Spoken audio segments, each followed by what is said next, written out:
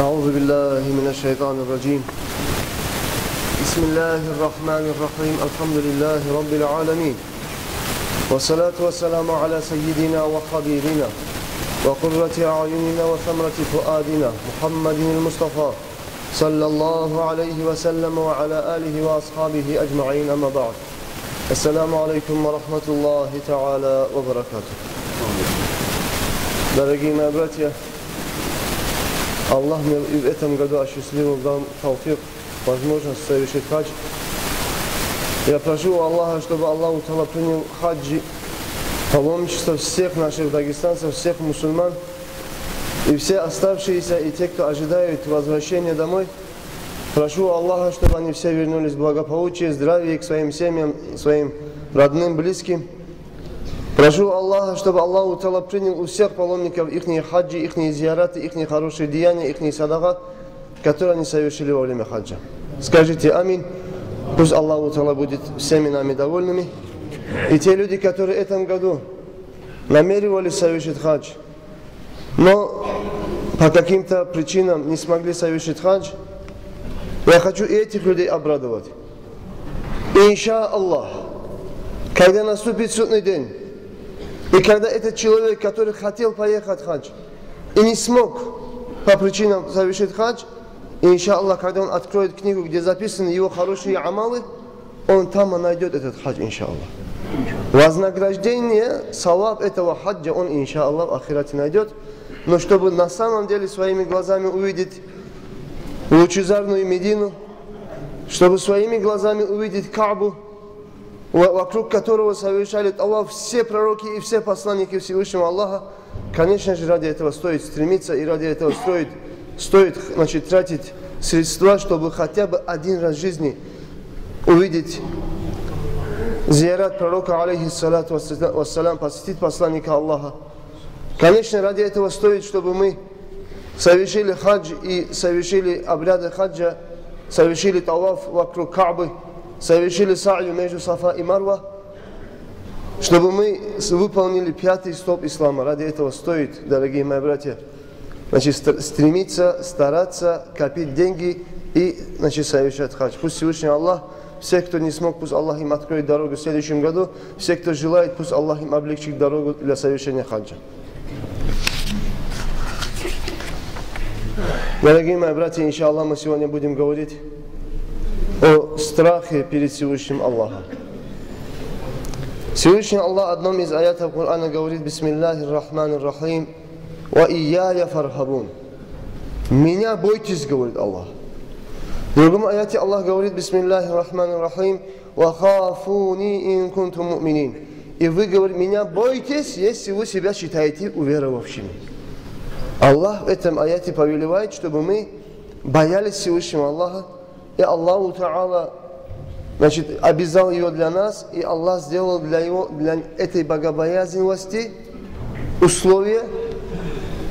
Что же является условием богобоязненности? Чтобы мы уверовали в Аллаха. Аллах же говорит: вы бойтесь меня, если вы кто? Если вы из уверовавших. Значит, уверовавший это является тем человеком, который обязан бояться Всевышнего Аллаха. После того, как мы сказали: Ашхаду алла илляха илляллах, я свидетельствую, что нет на небесах, на земле, во всей этой вселенной нету другого божества, который достоин, чтобы мы ему делали ибадат, кроме единственного Аллаха. После того, как мы сказали эти слова, наша обязанность бояться Всевышнего Аллаха, бояться грешить Всевышнего Аллаха, бояться ослушиваться повелений Всевышнего Аллаха. Пророк, саллаллаху алейхи вассалям, он говорил: «Ана а'лямукум биллах, ва ашаддукум лаху хашья». Сахих аль-Бухари. Я, говорит, являюсь наисамым познавшим среди вас Всевышнего Аллаха. Я являюсь одним из лучших из вас, который лучше познал, лучше знает Всевышнего Аллаха Азза ва Джалля. «Ва ашаддукум лаху хашья». И я, говорит, являюсь наиболее сильно боящимся среди вас Всевышнего Аллаха. Поэтому посмотрите, чем больше человек приобретает знаний, чем больше человек познает Аллаха, чем больше человек приближается к Всевышнему Аллаху, тем больше и больше увеличивается его богобоязненность. Этому свидетельствует другой аят Корана, где Всевышний Аллах говорит: «Бисмиллахир рахманир рахим, иннама яхша Аллаха мин ибадихи л-уляма». Воистину, говорит, боятся Всевышнего Аллаха из его рабов, познавшие Аллаха, алимы, знающие, обладатели знаний, они, говорит, являются более богобоязливыми среди людей. Почему? Чем больше ты познаешь Всевышнего Аллаха, чем больше ты познаешь, что Аллах, Он может наказывать. Аллах, Он гафур, Аллах, Он рахим, Аллах, Он мунтаким. Все сифаты Аллаха, когда ты больше познаешь Аллаха, ты больше начинаешь, значит, страшиться Аллаха, больше начинаешь любить Аллаха, больше начинаешь также бояться Всевышнего Аллаха, ослушиваться Его. Поэтому, чем больше человек приобретает знания, и чем больше он познает Всевышнего Аллаха, тем больше он начинает бояться Всевышнего Аллаха. В хадисе пророка, саллаллаху алейхи вассалям, сказано: Всевышний Аллах, азза ва джалля, сказал: «Ва иззати ва джалали, ла аджмa'у аля абди хауфейни, ва ла аджмa'у лаху амнейн, фаин аминани фид дунья, ахафтуху яум аль-кияма. وإن خافني في الدنيا أمنته يوم القيامة». Аллах, азза ва джалля, наш Создатель, Он клянется и говорит: «Я клянусь, говорит Аллах, своим могуществом и своим величием, клянется Аллах, что я никогда не соберу в моем рабу две спокойствия и два страха. Если, говорит, мой раб будет себя чувствовать в безопасности, значит, не бояться меня здесь и в дунья, я его обязательно, говорит, заставлю бояться меня в ахирате. Если, говорит, мой раб будет бояться меня здесь и в дунья, я, говорит, дам ему, говорит, уверенность, беспокойствие, спасение в ахирате. Не бывает, говорит, так, чтобы человек и в дунья боялся, и ахирате потом будет бояться.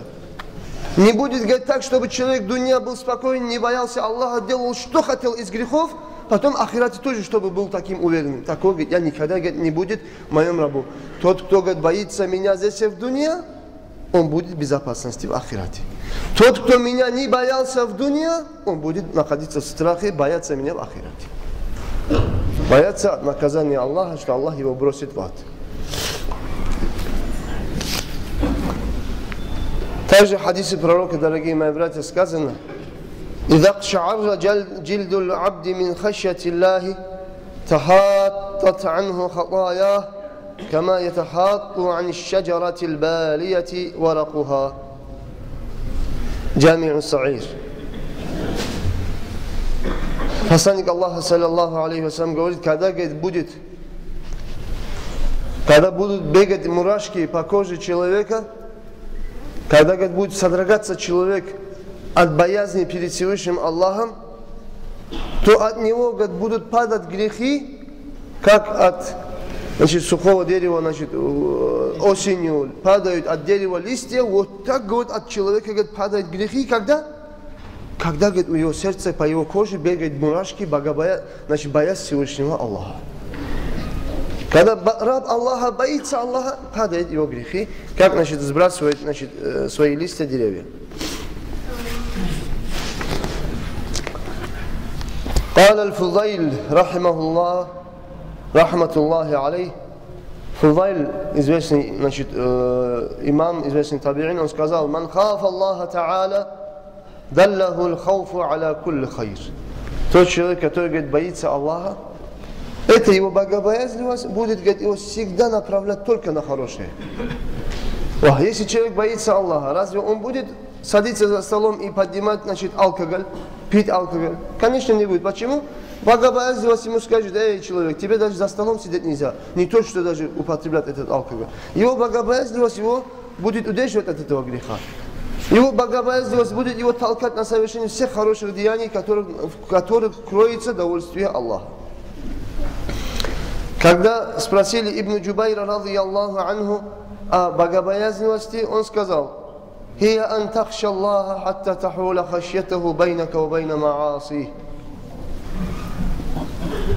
Смысл понятия, чтобы ты боялся Аллаха, это, говорит, означает, чтобы эта богобоязненность ограждала тебя от совершения грехов.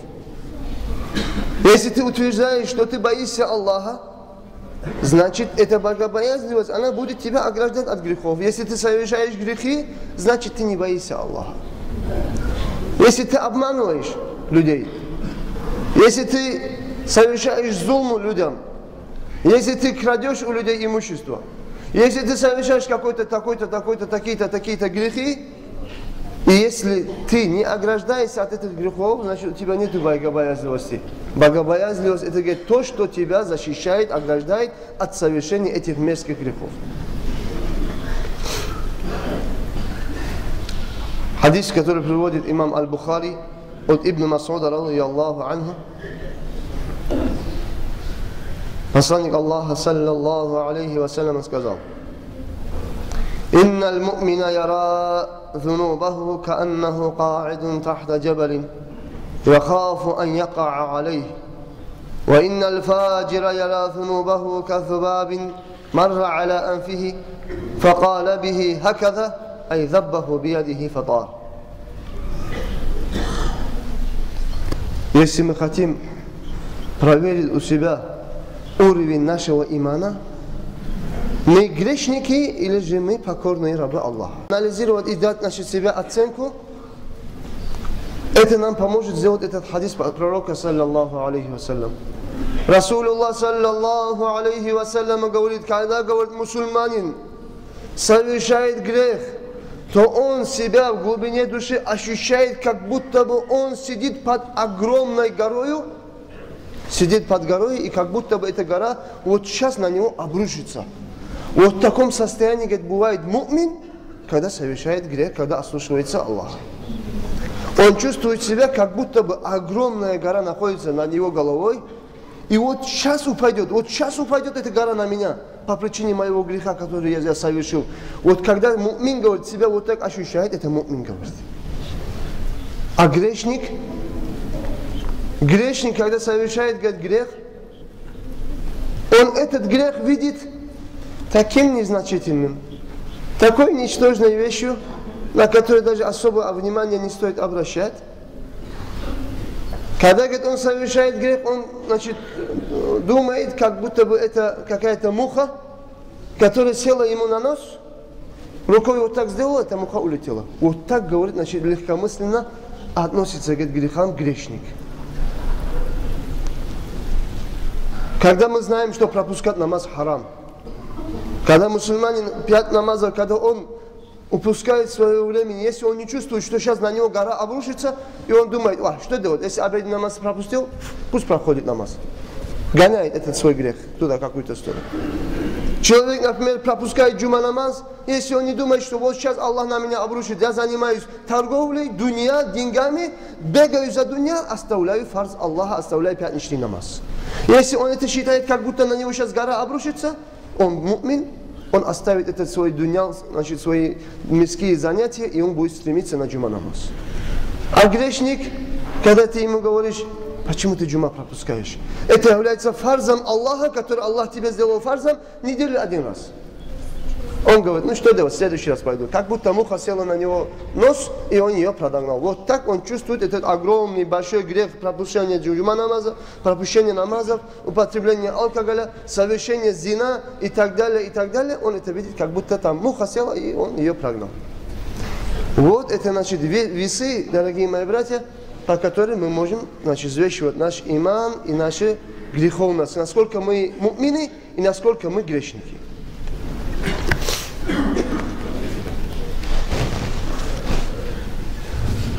Хадисы пророка, саллаллаху алейхи вассалям, который приводит имам Ат-Тирмизи, Ван-Насаи, Ибн Маджа, посланник Аллаха, саллаллаху алейхи вассалям, говорит: «Ла ялиджу, ай ла ядхулу н-нара раджулун бака мин хашьяти Аллахи та'аля, хатта я'уда л-лабану фи д-дир'и, ва ла яджтами'у губарун фи сабилиллах, ва духану джаханнам». Человек, который боится Аллаха, он, говорит, не зайдет, говорит, в ад как не заходит, говорит, молоко, которое ты подоил, значит, с коровы, как это молоко обратно туда в стремя этой коровы, как она не возвращается, вот так говорит му'мин, который боялся Аллаха, он говорит, вот так говорит, ад не заходит, говорит пророк. Сравнение, да? Молоко, которое один раз ты подоил, оно возвращается обратно? Невозможно же. Вот так, говорит, невозможно, чтобы мусульманин, который боится Аллаха, плачет Аллаха, боится Аллаха, ночью просыпается на тахаджуд, вспоминает, что он в течение целого дня грешил, совершил такой-то, такой-то, такой-то грех, ночью боится Аллаха, плачет перед Всевышним Аллахом, этот глаз, эта слеза, которую ты пустил от богобоязливости, эта слеза тушит огонь ада. В другом хадисе пророка, дорогие мои братья, сказано, когда говорит, Аллах будет велеть му'мину, чтобы он прошел через мост Сират, а это мост Сират, он проходит через ад, внизу ад, сверху ада мост Сират. 1000 лет подъем, 1000 лет равнина, 1000 лет спуск. Мост Сират острая, как лезвие, тонкая, как волосок. Для некоторых любимцев Аллаха становится как широкая трасса. Для некоторых людей становится острым, как лезвие. В зависимости от каждого его хорошего и плохого амала. Когда Аллаху Та'ала в Коране сказал: «Ма минкум илля варидуха кана аля раббика хатман мақдия». Нет из вас никого, кроме как он зайдет этот ад. Это стало, говорит, обязательным возле вашего Господа, говорит Аллах в Коране. Аллах нам что говорит? Нет, говорит, из вас никого, кроме как он зайдет в ад. Мы все будем проходить через ад, через мост Сират. Мост Сират проходит через ад. Нет из вас никого, кроме как он зайдет в ад. Затем, что говорит Аллах в продолжении аята?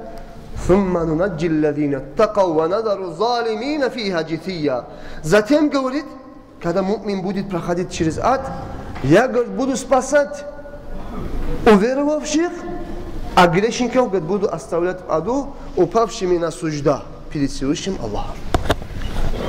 Когда, говорит, му'мин будет проходить через ад, ад, говорит, будет говорить: о, му'мин, быстро проходи через меня, быстро, ты не задерживайся надо мной.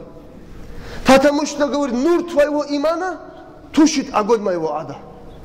Быстро проходи, пока полностью мой огонь не потушил своим нуром.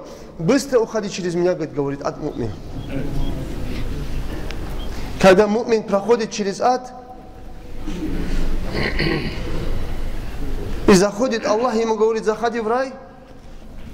Когда му'мин заходит в рай, му'мин спрашивает: я Аллах, ты же в Коране говорил, что нет из вас никого, кроме как он будет заходить в ад. Мы же ад не видели, я Аллах. Тогда Аллах Азза ва Джалля скажет му'мину, уверовавшему, боящемуся Всевышнего Аллаха, Аллах ему скажет: о му'мин, о мой раб, ты прошел через ад, то только ты не почувствовал, что это ад. Нур твоего имана тушил перед тобой огонь ада. Ты даже не почувствовал, что ты через ад прошел. Поэтому, дорогие мои братья, на довольствие Аллаха нас доводит наша богобоязненность. Чем му'мин больше боится Аллаха, остерегается от грехов, значит, за совершенные грехи делает почаще таубу, и иншаллах этот человек будет проходить через ад, он даже не будет чувствовать, что он через ад прошел и зашел в рай.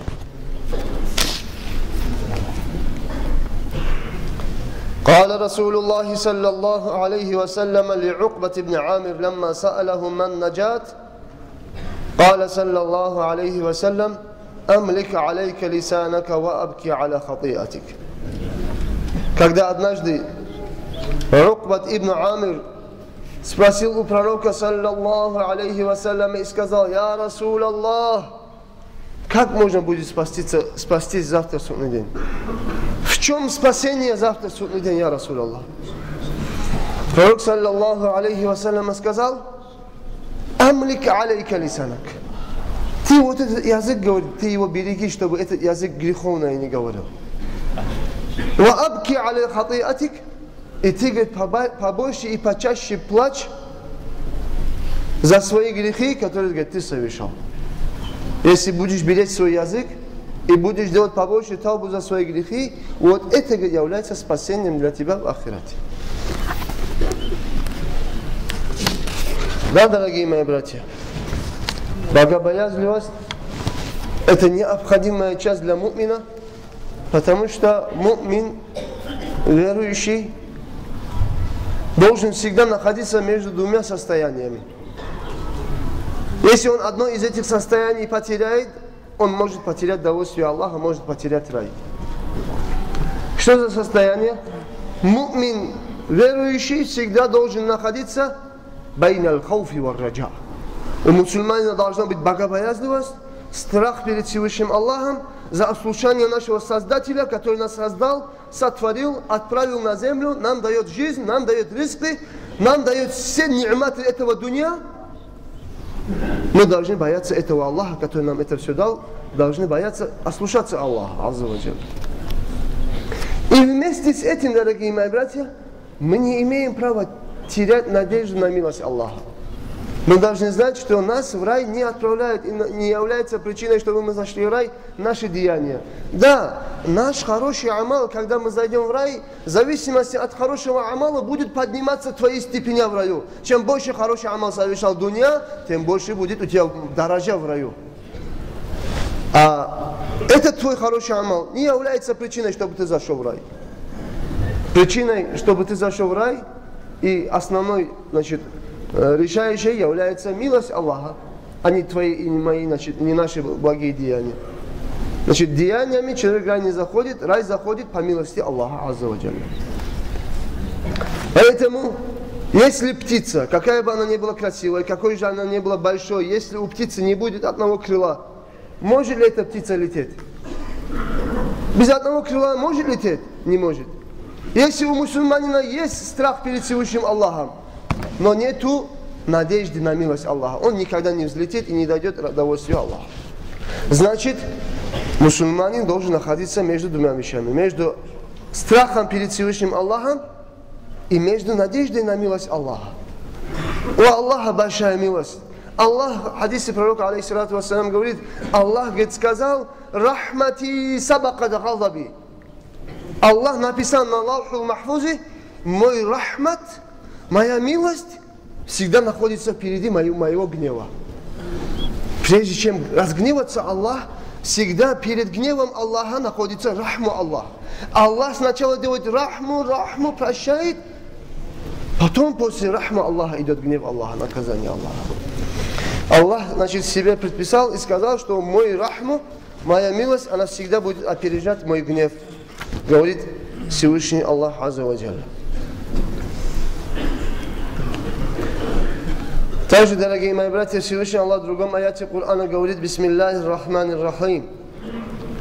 قل يا عبادي الذين أسرفوا على أنفسهم لا تقنطوا من رحمة الله إن الله يغفر الذنوب جميعا إنه هو الغفور الرحيم. Allah Kur'an говорит, قل يا عبادي الذين أسرفوا على أنفسهم.